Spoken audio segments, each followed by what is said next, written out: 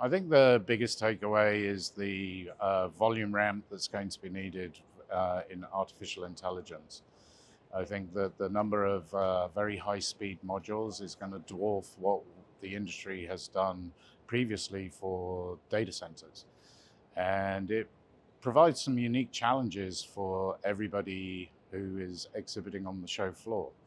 I think from an OpenLight perspective, we view it as you're going to have to move more to silicon scale and be able to manufacture with the similar volumes that the silicon industry does for electronics today.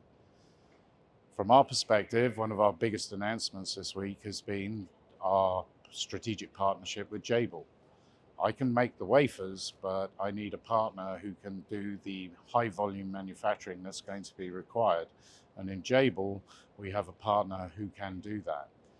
As part of that deal, OpenLight will provide them with the test capability and on-wafer burn-in for our heterogeneous integrated silicon wafers.